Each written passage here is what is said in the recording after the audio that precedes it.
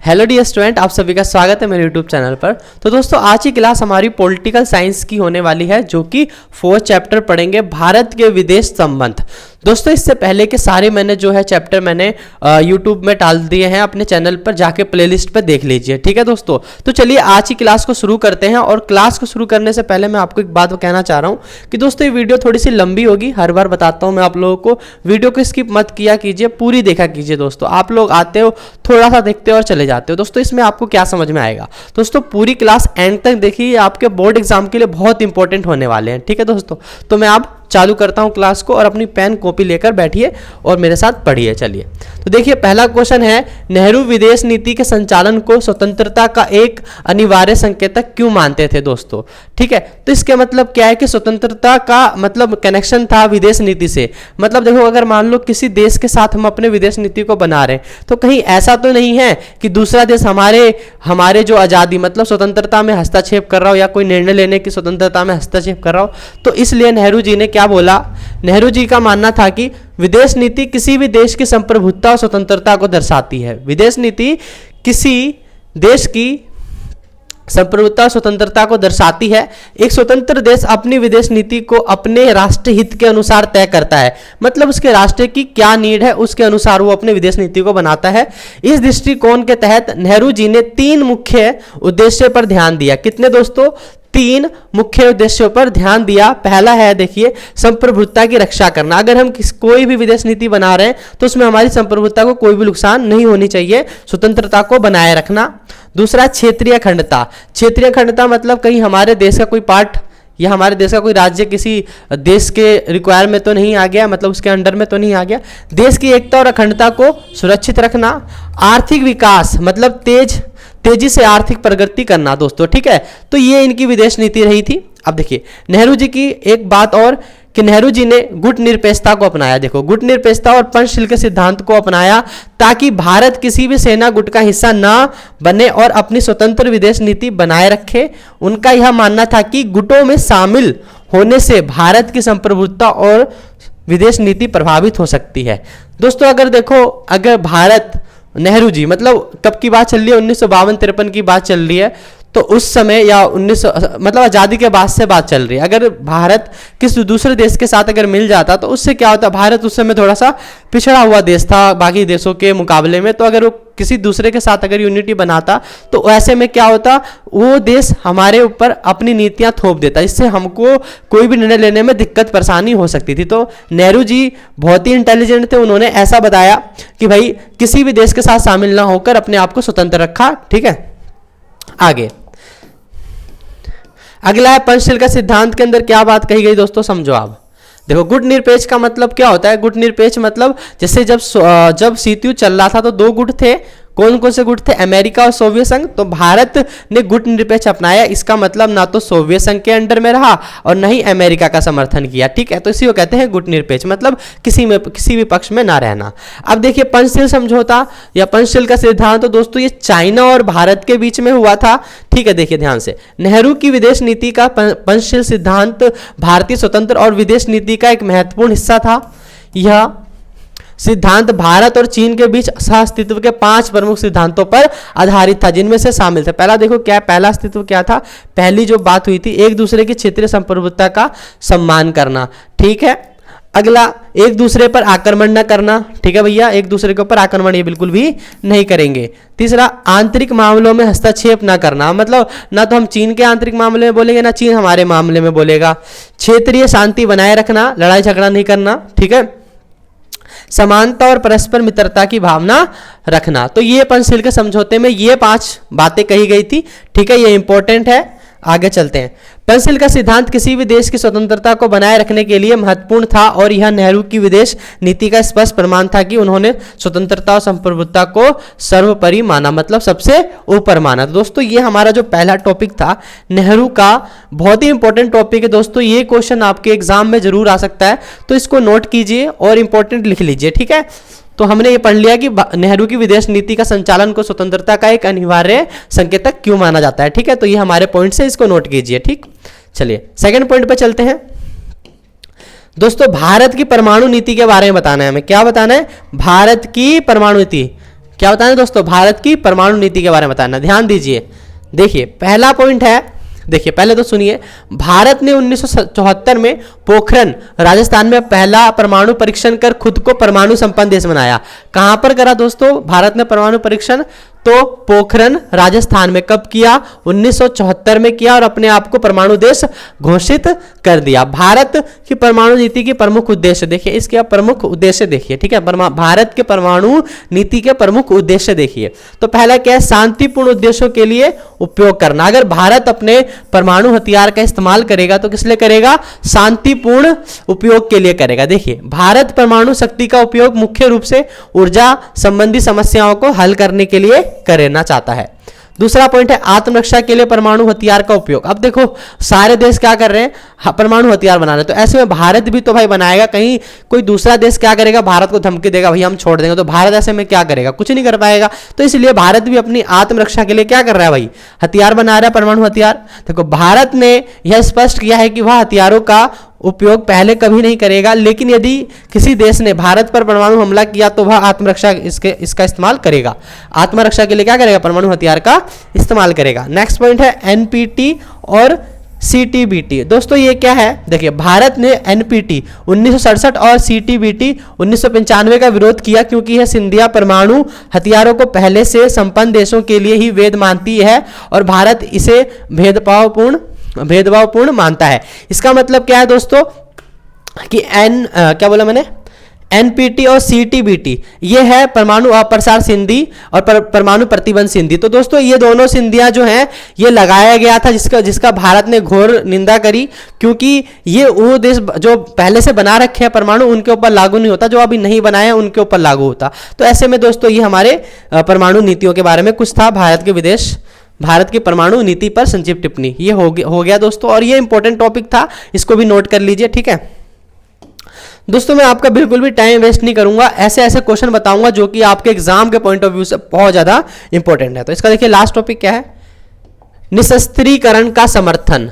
तो पहला क्या था? शांतिपूर्ण उपयोग के लिए, आत्मरक्षा के लिए और एनपीटी और सीटीबीटी, ठीक है। अब ये चौथा पॉइंट क्या है? निशस्त्रीकरण का समर्थन। इसका मतलब डिसआर्मेंट, यानी कि जो बड़े बड़े हथियार होते हैं उसको बैन करना और ना बनाना। देखो भारत परमाणु हथियारों के खिलाफ वैश्विक निशस्त्रीकरण का समर्थन करता है ताकि सभी देशों के बीच समानता बनी रहे। या तो सब बनाएंगे या तो कोई नहीं बनाएगा, बात ऐसी है, ठीक है।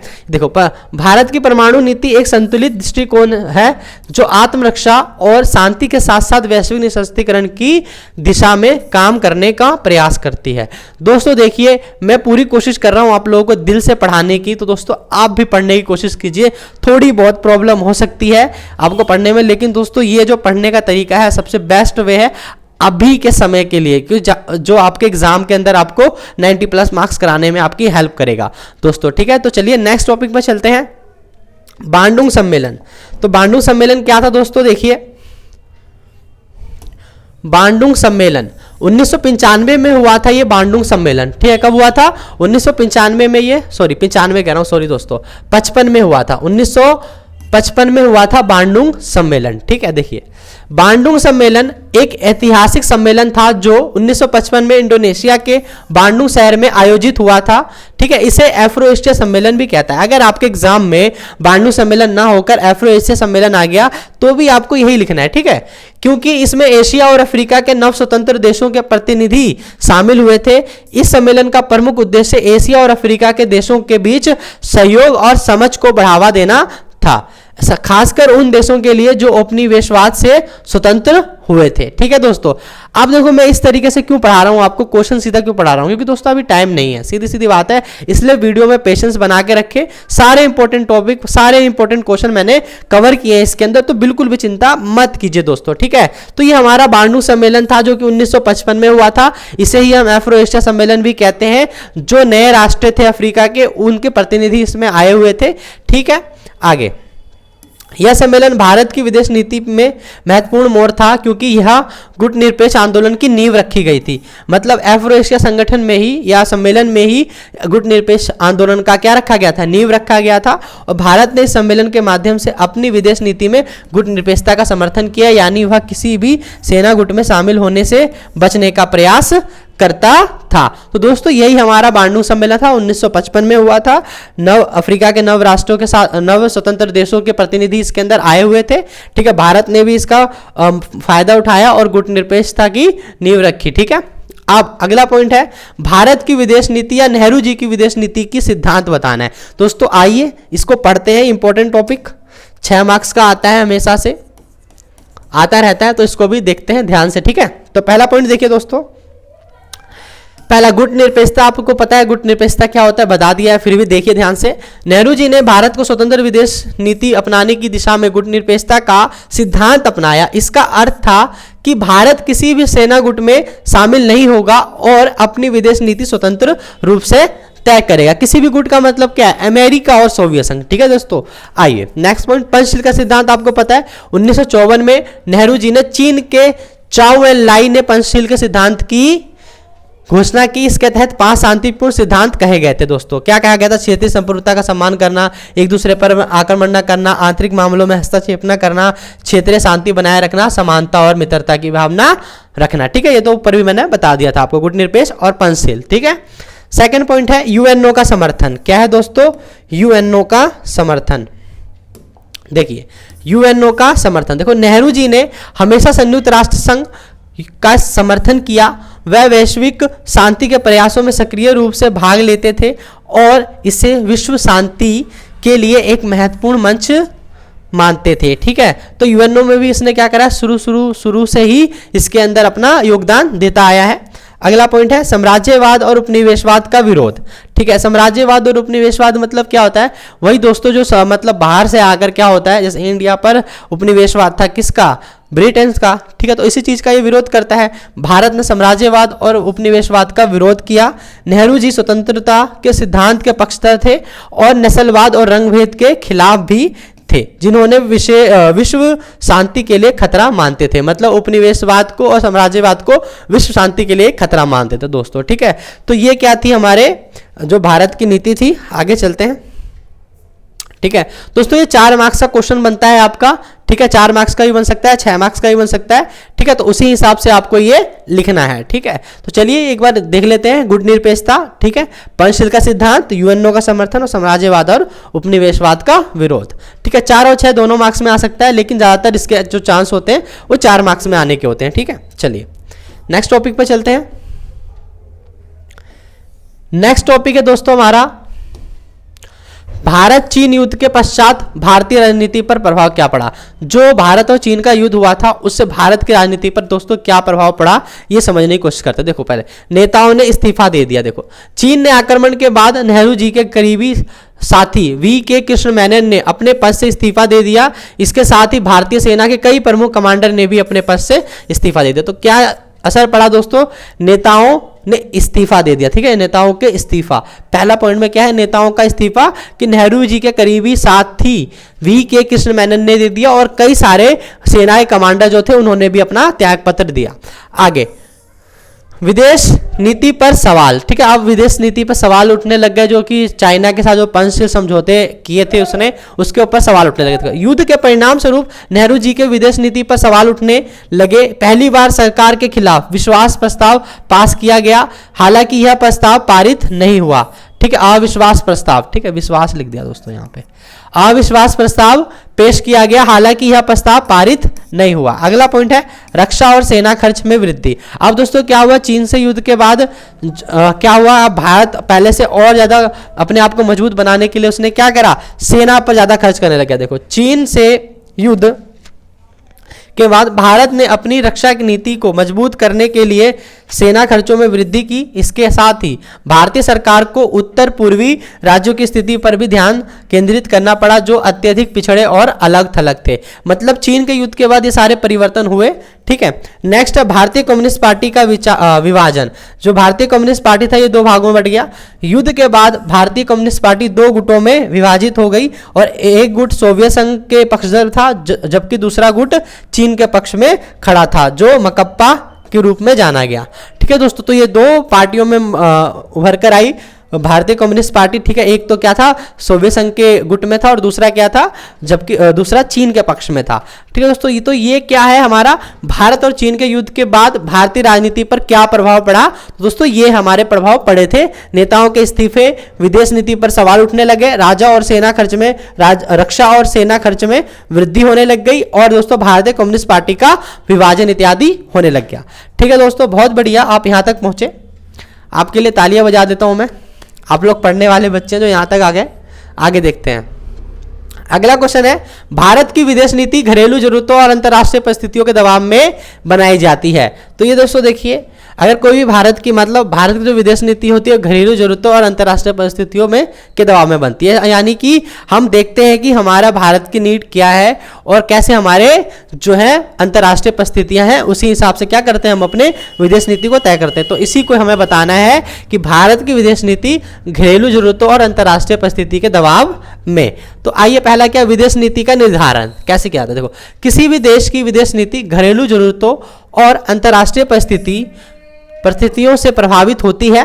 ठीक है, दूसरा पॉइंट, देश अपनी सुरक्षा, विकास और अंतर्राष्ट्रीय संबंधों को ध्यान में रखते हुए विदेश नीति बनाता है। ये नहीं कि अभी हमारा क्या है कि अमेरिका का दुश्मन मान लो, जैसे मान लो रूस है, तो रूस जो है हमारा अच्छा खासा फ्रेंड है और चीन हमारा फ्रेंड नहीं है। तो ऐसे में अगर कोई मान लो कि हम चीन से जाके अपना दोस्ती करेंगे तो रूस कहीं ना कहीं उससे उठने लग जाएगा, रूसने लग जाएगा। तो इसी तरीके से, या फिर अमेरिका है, तो मान लो कि जैसे ये जो संबंध होते हैं ना हमारे, वो अंतर्राष्ट्रीय लेवल पे देखने पड़ते हैं, उसी के हिसाब से हमारे जो होते हैं विदेश नीति को तय करना होता है। 1960 के दशक में भारत की विदेश नीति देखिए, पहला 1962 का युद्ध, देखिए भारत और चीन के रिश्ते समाप्त हो गए। ठीक है, देखिए पाकिस्तान और अमेरिका की नजदीकियां, देखो भारत ने सोवियत संघ के साथ संबंधों को मजबूत किया, जहां पे भारत और पाकिस्तान अपने नजदीकी बढ़ा रहे थे। उसके बाद घरेलू समस्या देखिए, भारत में अकाल खाद्य संकट से निपटने के लिए हरित क्रांति का आह्वान किया गया। तो दोस्तों ये सब चीज क्या बताना चाह रहा है, यही बताना चाह रहा है कि कभी भी भारत की विदेश नीति बनती है तो उसमें अंतर्राष्ट्रीय परिस्थितियों और घरेलू जरूरतों को देख के बनाया जाता है। तो सिंपल चीज है, निष्कर्ष क्या निकलेगा, भारत के घरेलू नेहरू का चैप्टर आ रहा है तो इसलिए नेहरू निकल गया। देखो, भारत ने घरेलू और अंतर्राष्ट्रीय बदलावों के आधार पर अब अपनी विदेश नीति में बदलाव किया दोस्तों। ठीक है, बहुत बढ़िया। अब आइए, विदेश नीति के मामले में सर्वसहमति देखने को मिलती है, क्या आप इस कथन से सहमत हैं? तो दोस्तों बिल्कुल सहमत हैं, देखते हैं। आइए, हाँ मैं इस कथन से सहमत हूं, विदेश नीति किसी एक राजनीतिक पार्टी या नेता की ना होकर पूरे देश की होती है दोस्तों। क्योंकि देखो, विदेश नीति ऐसी होती है जिसके अंदर हमें कोई नेता ये नहीं इसके ऊपर सवाल कर से गुटनिरपेक्ष है, पंचशील है और ऐसी चीजें हैं जो कि हमारे देश के लिए जो है सही रहती है, उसके लिए सारे नेता जो होते हैं सब सहमत मतलब सब पक्ष में रहते हैं उस चीज के। देखिए, जो राष्ट्रीय हित में बनाई जाती है, विभिन्न राजनीतिक दल अपनी प्राथमिकताओं के आधार पर अलग अलग रुख अपना सकते हैं, लेकिन एक बार विदेश नीति बन जाने के बाद यह सार्वभौमिक हो जाती है। भारत की विदेश नीति जैसे गुटनिरपेक्षता, पंचशील साम्राज्यवाद और रंगभेद, क्या दोस्तों, पंचशील साम्राज्यवाद और रंगभेद का विरोध सभी सरकारों द्वारा अपनाए गए हैं, चाहे वह किसी भी पार्टी की सरकार हो, इस पर सभी राजनीतिक दल में सहमति होती है। ठीक है, तो इसी को हम क्या कहते हैं कि सर्वसहमति रहती है दोस्तों। ठीक है, हाँ हम कह सकते हैं, हाँ बिल्कुल सहमत हैं हम। ठीक है, कि कोई भी जो भी राजनीतिक पार्टी होती है सब उस विदेश नीति को अपनाती है जो कि देश के हित की होती है। ठीक है, आगे चलते हैं, नेक्स्ट पॉइंट। नेक्स्ट टॉपिक क्या है, नेक्स्ट टॉपिक है, क्या भारत की विदेश नीति से यह झलकता है कि भारत क्षेत्रीय स्तर पर महाशक्ति बनना चाह रहा है? दोस्तों ऐसा मतलब महाशक्ति बनना चाह रहा है, आपको ये बताना है कि भारत की विदेश नीति से ऐसा लगता है कि भारत एक क्षेत्रीय स्तर पर महाशक्ति बनना चाह रहा है, सुपर पावर बनना चाह रहा है। तो देखो, भारत की विदेश नीति से यह नहीं झलकता कि वह क्षेत्रीय महाशक्ति बनना चाहता है। दूसरा पॉइंट, भारत ने हमेशा विश्व शांति, स्वतंत्र विदेश नीति, गुटनिरपेक्षता और पंचशील के सिद्धांतों को अपनाया है। ठीक है, थर्ड पॉइंट, भारत का उद्देश्य शांति, क्षेत्रीय शांति बनाए रखना है और अपने पड़ोसी देशों के साथ विकास करना है। ठीक है, अगले पॉइंट पे चलते हैं। देखिए, भारत ने क्षेत्रीय महाशक्ति बनने के लिए नहीं लड़ा। देखो, जो एक युद्ध था ना, जो 1971 का युद्ध था वो लड़ा था, जिसके अंदर भारत ने हस्तक्षेप किया था, लेकिन उसके पीछे भी क्या कारण था कि बांग्लादेशी के जो शरणार्थी थे वो भारत के अंदर घुस रहे थे, इसलिए जो 1971 का युद्ध हुआ था तभी उसके अंदर भारत जो है कूद पड़ा था। ठीक है ना, तो वो ऐसा, इसका मतलब ये नहीं है कि भारत एक शक्तिशाली देश बनना चाह रहा है। ठीक है, देखिए, बल्कि यह पाकिस्तान द्वारा पूर्वी पाकिस्तान पर किए जा रहे अत्याचार के कारण हुआ था। अगला, 80 लाख बांग्लादेशी शरणार्थी भारत में पलायन कर चुके थे, जिससे भारत को पाकिस्तान का विरोध करना पड़ा और युद्ध के बाद पूर्वी पाकिस्तान को पश्चिमी पाकिस्तान के चुंगल से मुक्त किया गया। तो अतः यह युद्ध क्षेत्रीय शांति बनाए रखने के लिए था, ना कि महाशक्ति बनने के लिए था। तो हम इन सभी कारणों की वजह से या इन सभी पॉइंट से हम कह सकते हैं कि भारत एक महाशक्ति नहीं बनना चाह रहा। भारत तो हमेशा से अपने पड़ोसियों देश के साथ विकास करने की राह में चलता है। ठीक है, तो ये हमारा पॉइंट खत्म हुआ। ठीक है, तो एक बार देख लीजिए फिर से, क्या भारत की विदेश नीति से यह झलकता है कि भारत स्तरीय स्तर पर महाशक्ति बनना चाह रहा है? तो नहीं, बिल्कुल भी नहीं झलकता, क्योंकि ये तो भाई पहले से विश्व शांति, स्वतंत्रता, विदेश नीति, गुटनिरपेक्षता, पंचशील जैसी चीजों को ये अपनाते हुए आया है। ठीक है, तो आगे चलते हैं। अगला क्वेश्चन है, किसी भी राष्ट्र की राजनीति नेतृत्व किस तरह उसे राष्ट्र की विदेश नीति पर असर डालता है? भारत की विदेश नीति का उदाहरण देते हुए इस प्रश्न पर विचार कीजिए। दोस्तों, हम क्या कहना चाह रहे हैं, किसी भी राष्ट्र की राजनीति नेतृत्व किस तरह से उसे राष्ट्र की विदेश नीति पर असर डालता है, या भारत की विदेश नीति का उदाहरण देते हुए हमें समझाइए। देखो, अलग अलग टाइम पे अलग अलग जो नेता आए, उनकी जो विचार थी विदेश नीति को लेकर वो अलग अलग थी, तो वही चीज हम इसके अंदर पढ़ेंगे। देखिए, किसी भी राष्ट्र का राजनीति नेतृत्व तो उसकी विदेश नीति को प्रभावित करता है, क्योंकि विदेश नीति में राष्ट्र के नेता के विचार, स्वभाव और दृष्टिकोण की झलक मिलती है। क्या मिलती है दोस्तों? नेताओं की क्या मिलता है? विचार, स्वभाव, दृष्टिकोण झलकने को मिलती है विदेश नीति के अंदर। ठीक है, अब जरा देखिए, पहले क्या थे? पहले जवाहरलाल नेहरू जी। इससे पहले देखो, भारत की विदेश नीति में भी नेताओं की विचारधारा का प्रभाव स्पष्ट रूप से देखा जा सकता है, जो निम्नलिखित है। पहला, जवाहरलाल नेहरू। देखिए, उनकी शांतिवादी विचारधारा के कारण भारत की विदेश नीति गुटनिरपेक्षता और पंचशील के सिद्धांत पर आधारित थी। यहाँ जानते हैं ना, क्योंकि इन्होंने गुटनिरपेक्षता और पंचशील के सिद्धांत को अपनाया हुआ था, सॉरी दोस्तों, ठीक है, के सिद्धांतों पर आधारित थी। इंसान हूं आखिरकार मैं भी, ठीक है भाई, तो बिल्कुल भी टेंशन मत लो, ये सब नॉर्मल चीजें होती हैं। आओ आगे चलते हैं। हाँ, तो लाल बहादुर शास्त्री ने जो 1965 का युद्ध लड़ा था, देखो, छोटे कद के साहसी नेता 1965 के युद्ध में पाकिस्तान को मुंह तोड़ जवाब देना उनके साहस और राष्ट्रीय हित के प्रति प्रतिबद्धता को दर्शाता है। ठीक है, तो ये हमारे जो छोटे कद के साहसी लाल बहादुर शास्त्री थे, उन्होंने 1965 का युद्ध में पाकिस्तान को मुंह तोड़ जवाब दिया था। ठीक है, तो उनसे उनकी विदेश नीति दिखती है। इंदिरा गांधी, उनके नेतृत्व में भारत ने समाजवाद का रुख अपनाया और सोवियत संघ के साथ 20 वर्षीय संधि की, जो उनके मजबूत निर्णयों को दर्शाती है। मतलब 20 साल तक वो चीज फिक्स कर दी। ठीक है, ये भी इनके जो है, ये देखो हमारे लाल बहादुर शास्त्री जी हैं, ये इंदिरा गांधी हैं, और ये अटल बिहारी वाजपेयी, और ये हमारे नरेंद्र मोदी जी, जो अभी इस समय के कौन है? प्रधानमंत्री हैं। ठीक है, बहुत बढ़िया। देखिए, अटल बिहारी वाजपेयी, उनके शासन में भारत ने अमेरिका के साथ रिश्ते को मजबूत किया और परमाणु नीति की घोषणा की, जिससे भारत की सेना शक्ति को सुदृढ़ किया गया। अगला, नरेंद्र मोदी जी। देखिए, उनके नेतृत्व में भारत की विदेश नीति आतंकवाद से निपटने, पूर्ण निर्माण और पूंजी निवेश को बढ़ावा देने पर केंद्रित थी। और इसी प्रकार हम क्या कह सकते हैं? प्रत्येक नेता की सोच और दृष्टिकोण देश के विदेश नीति को प्रभावित करता है। तो एक बार जरा इसको फिर से देख लेते हैं। आइए देख लेते हैं एक बार फिर से।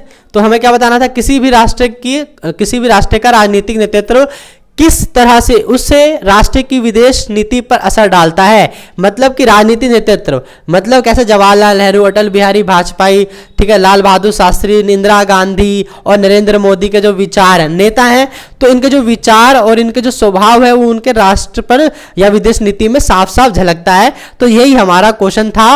और दोस्तों, इस चैप्टर के अंदर जितने भी इंपॉर्टेंट क्वेश्चन बन रहे थे आपके एग्जाम के पॉइंट ऑफ व्यू से, मैंने सभी को कवर करने की कोशिश की है। ठीक है, अब जैसे ही दोस्तों हमारी ये सीरीज खत्म हो जाएगी, most important topic one shot की, पॉलिटिकल हिस्ट्री की, दोनों बुकों की, तब जाकर क्या करेंगे दोस्तों, हम MCQ के जो है सीरीज लाएंगे, वो चैप्टर वाइज चैप्टर। ठीक है दोस्तों, तो वीडियो में जुड़े रहें और ये वीडियो को अपने दोस्तों तक शेयर कीजिए। जब तक के लिए पुरानी वीडियो देखिए, उनकी मैं लिंक दे दूंगा। और दोस्तों पढ़ाई करते रहिए और चैनल को सब्सक्राइब करिए। ठीक है दोस्तों, तो मिलते हैं दूसरी वीडियो में, जब तक के लिए पढ़ते रहिए दोस्तों।